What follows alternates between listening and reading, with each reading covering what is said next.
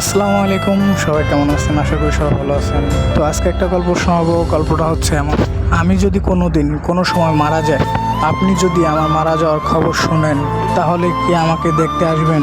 আমাকে আপনি দেখতে আইসেন না কখনো, কারণ আমি ততক্ষণ সবাইকে দেখতে পাবো, সবার কথা শুনতে পাবো, যতক্ষণ না আমার কবর না রাখা হবে। তখন যদি আমি আপনাকে দেখি, আপনার কণ্ঠ শুনি, তাহলে হয়তো আল্লাহকে বারবার বলবো, আবার আমাকে দুনিয়াতে পাঠাও, আরেকবার সুযোগ দাও। তার সাথে সংসার করা এখনো বাকি আমার।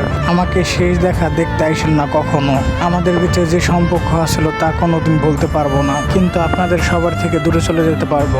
আমি আপনাকে কোনোদিনই অভিশাপ দেই নাই, বরঞ্চ স্বার্থ ছাড়াই ভালোবেসেছিলাম। কিন্তু যে দীর্ঘশ্বাসটা বের হবে, সেটা আটকানোর ক্ষমতা আমার নেই। একটা আফসোস অমৃত্যু হয়ে থেকে যাবে। আমার সবটা দিয়েও ভালোবাসার অনুভূতি আপনার দেওয়াল ছুঁতে পারলো না। আপনার অনুভবটা আমার সারা জীবন থেকে যাবে।